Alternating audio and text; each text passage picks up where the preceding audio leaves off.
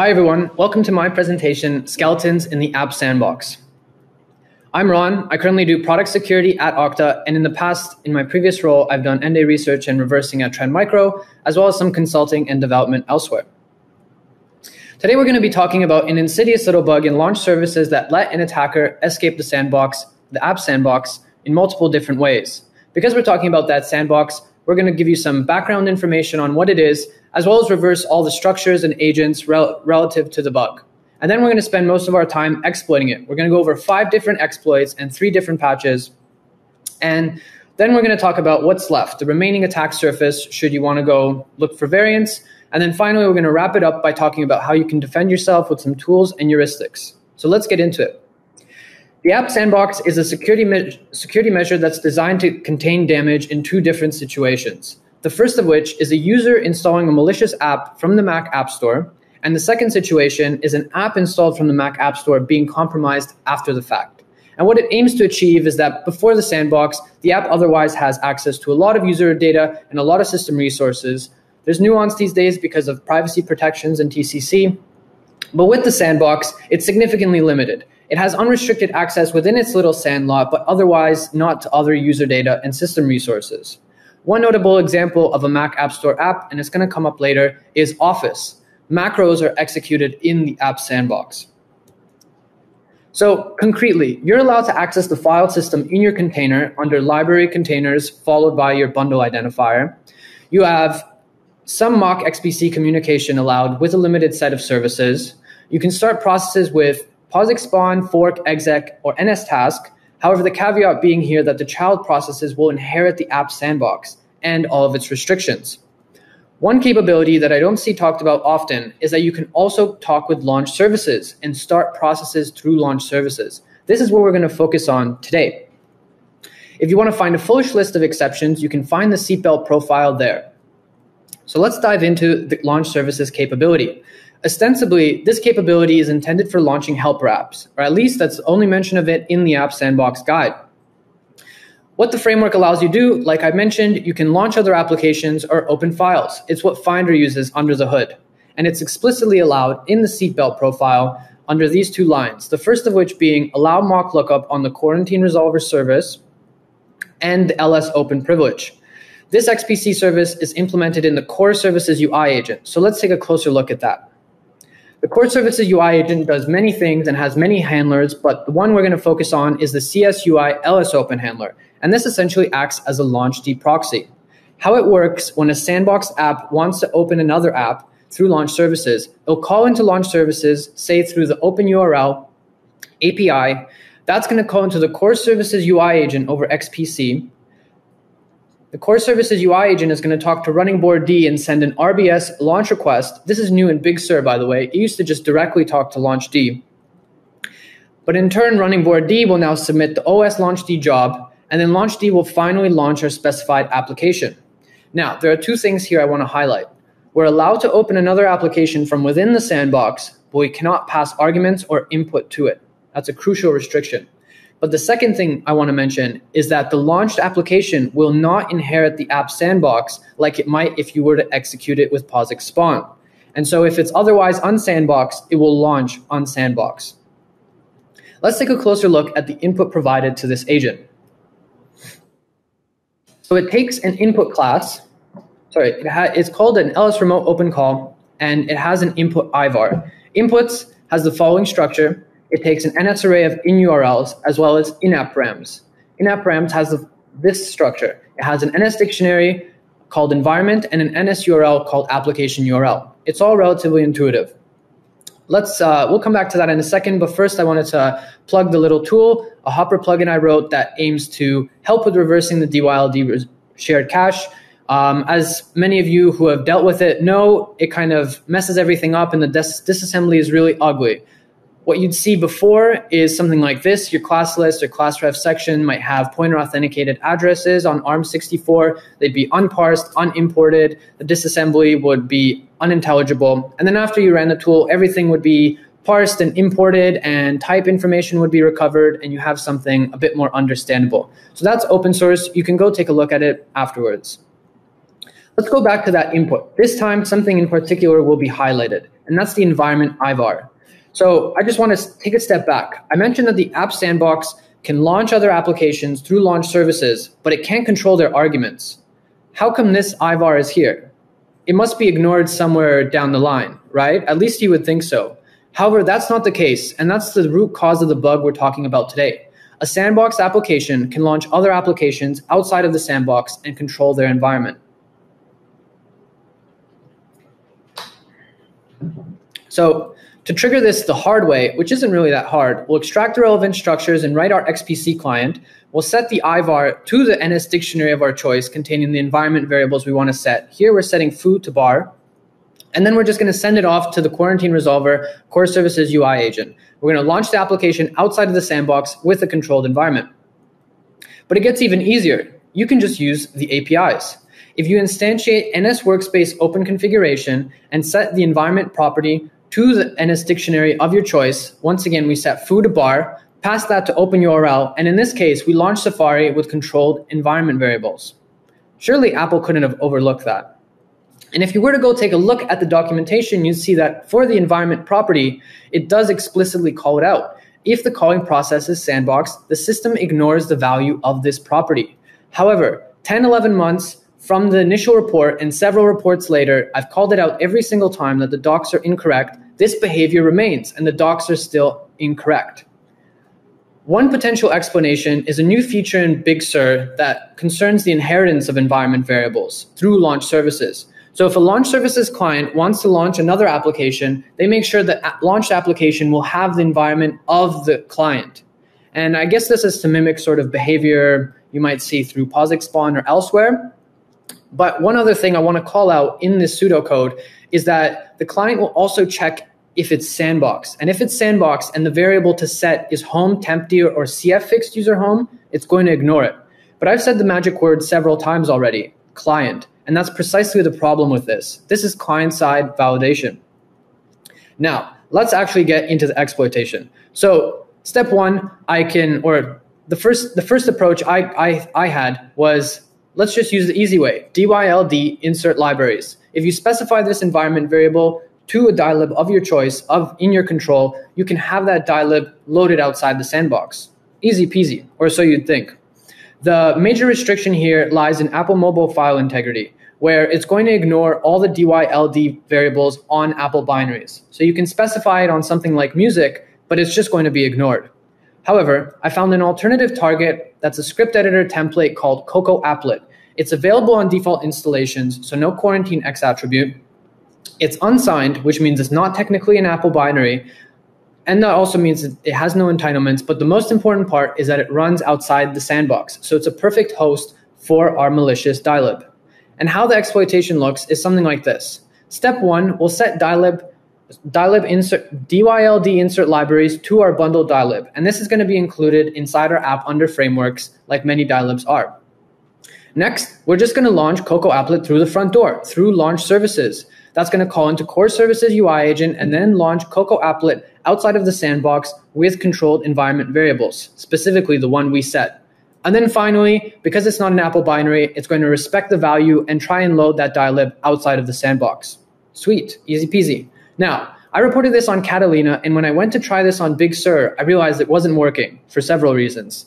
The first of which are the new signing and notarization requirements on ARM64. But those are easy enough to get around by specifying in our launch request a different architecture.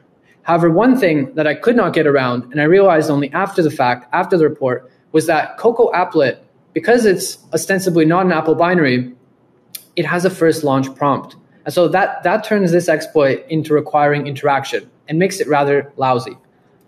Apple still thought it was worth fixing, and so they added server-side this following code, or rather pseudocode. They check the variable you want to set. If it has a DYLD prefix, it's going to be ignored and not forwarded in the launch request. Simple enough. Now, let's see if we can remove the need for user interaction, because it's otherwise pretty pointless. And we're going to do that by bypassing another patch. So Ties and Dan of Computest reported a sandbox escape in system preferences. And the behavior they exploit is that system preferences loads user preference panes from a property list file.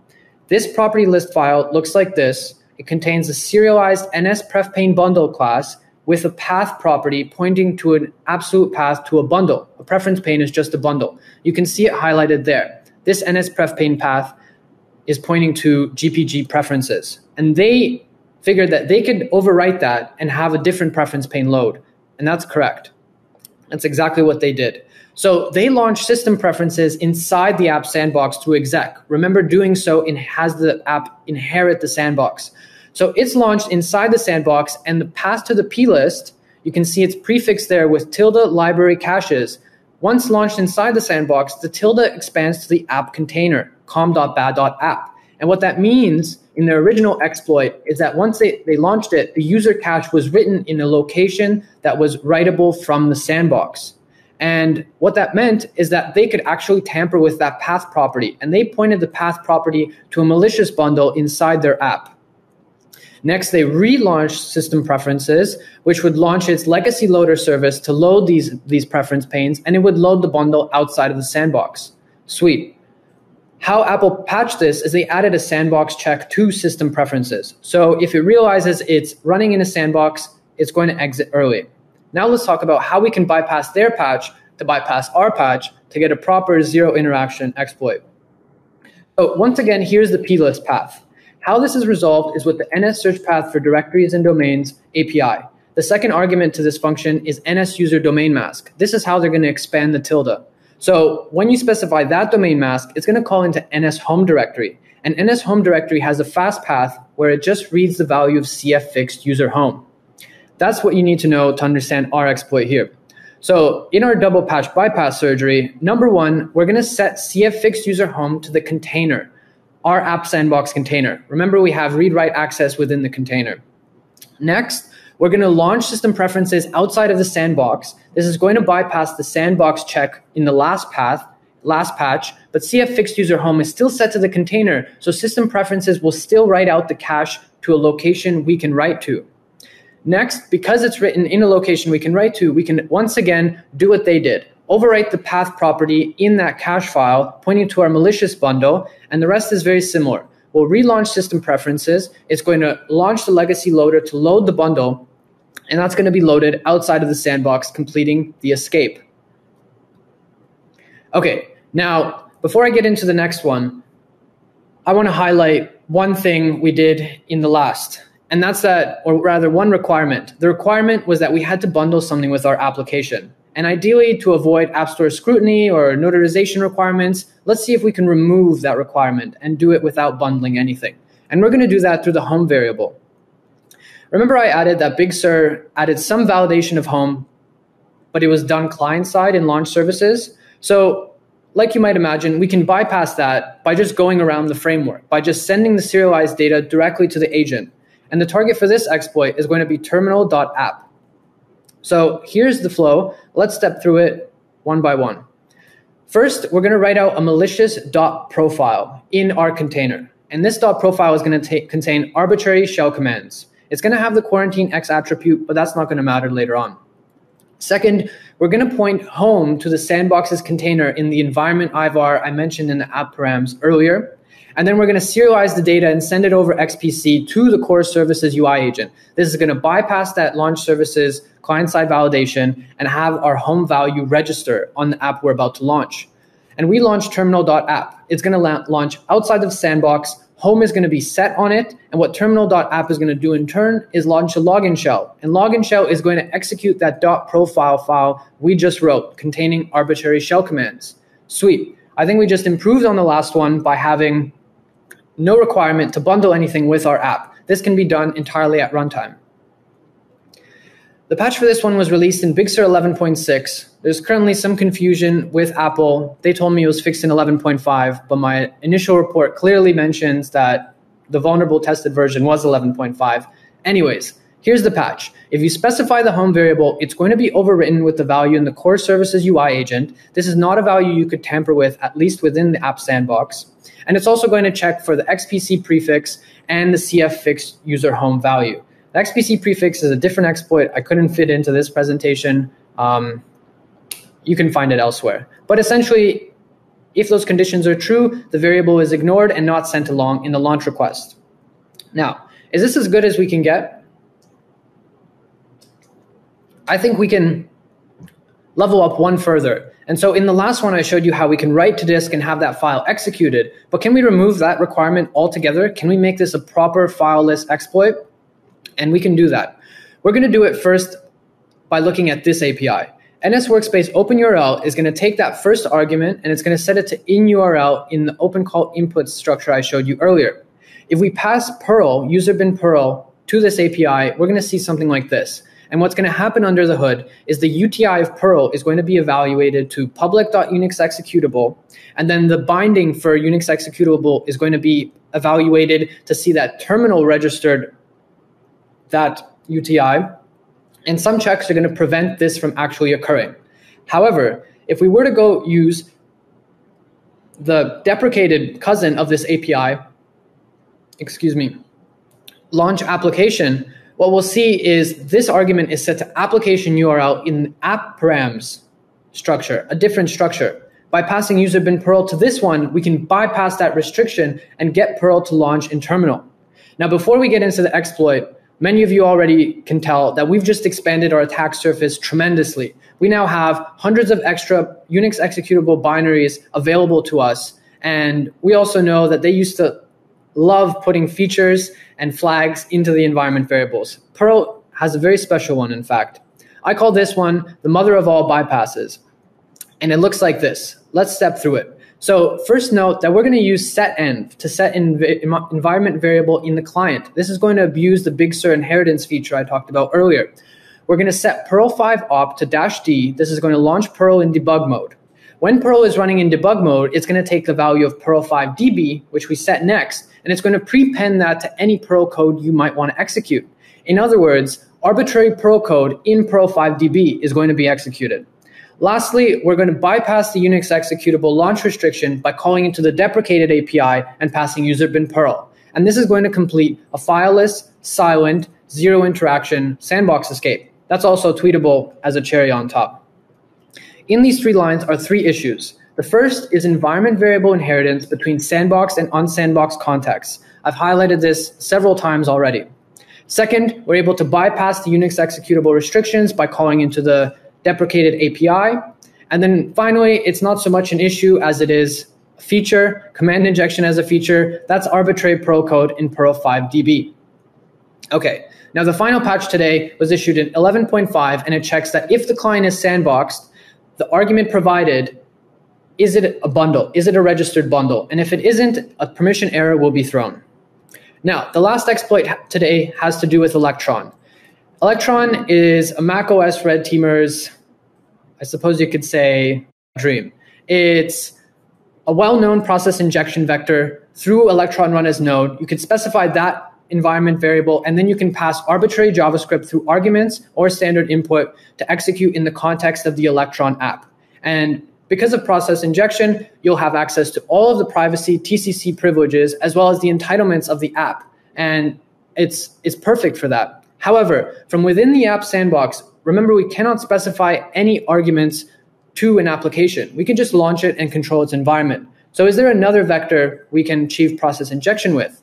And it's kind of spoiled with the title. That's node options. You are allowed to pass command line options to the underlying process through node options. Specifically, it looks like this. The command line flag we're interested in is require. It takes the path you pass to require, and it'll just execute that.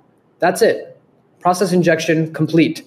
One note I want to mention here is that officially in the Electron docs, this is only for unpackaged applications where the main executable is still named Electron. However, of course, there was a bug. There was a bug where node options were not filtered for path packaged apps, which is apps where the main executable was renamed. They sort of fixed it. They didn't issue a security advisory, but acknowledged the security-related nature. I reported a patch bypass to them, which is relatively straightforward. You just specify Electron run as node alongside the node options, and they won't be filtered on packaged apps. They finally responded to me after months of ignoring me, and they said, we do not consider physically local attacks in our threat model, while also admitting elsewhere that require will remain filtered in upstream Electron as a security measure. So essentially what it means is they don't want to fix it. So here's the exploit. You can take these two lines essentially and put it in your macro and escape the macro sandbox, inject into an Electron app to abuse its TCC privileges and entitlements, and nobody wants to fix this.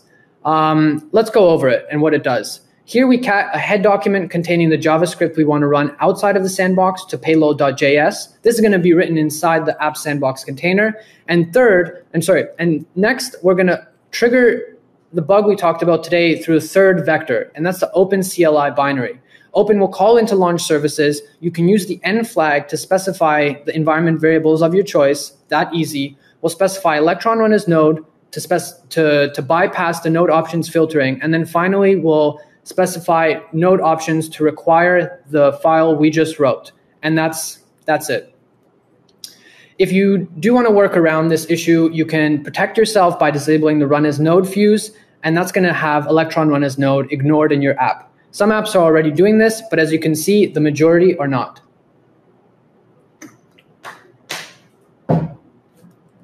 All right, now what's left? Clearly, Apple has chosen a whack-a-mole approach. They are ignoring environment variables and vectors as I report them to them. But the crux of the issue remains, and that's that applications can still be launched outside of the sandbox and their environment variables can still be controlled. I think a big vector that's left is application-specific environment variables. Today's example has been node options, but there are others. I might disclose them by the time the actual talk happens. I've also shown you APIs that can be influenced by environment variables. The specific example was CF fixed user home and NS home directory as well as its many other dependents. And I didn't really talk about it today, but it does matter. Sometimes sandbox parameters are initialized via environment variables. And so you can shift where the application or service is restricted and possibly cause some unintended consequences. If you want to defend yourself, I submitted a PR to the Objective-C tool process monitor to extract environment variable information in process execution events. And once you have this information available, you'd want to look for everything we talked about today. I also want to call out that Csaba Fitzel's Shield app already looks for the first, but it's not going to work in the case of unpackaged applications, for example, VS Code and Keybase, where you only need to specify node options and require the file of your choice. Another heuristic that's worth looking at, if you can determine the parent process identifier of an application launched through LaunchServices, Jaron Bradley has a tool called TrueTree for that, and you check that the parent is sandbox but the child isn't, that's worth adding some weighting to your detection algorithm. And that's all for me today. Thank you very much.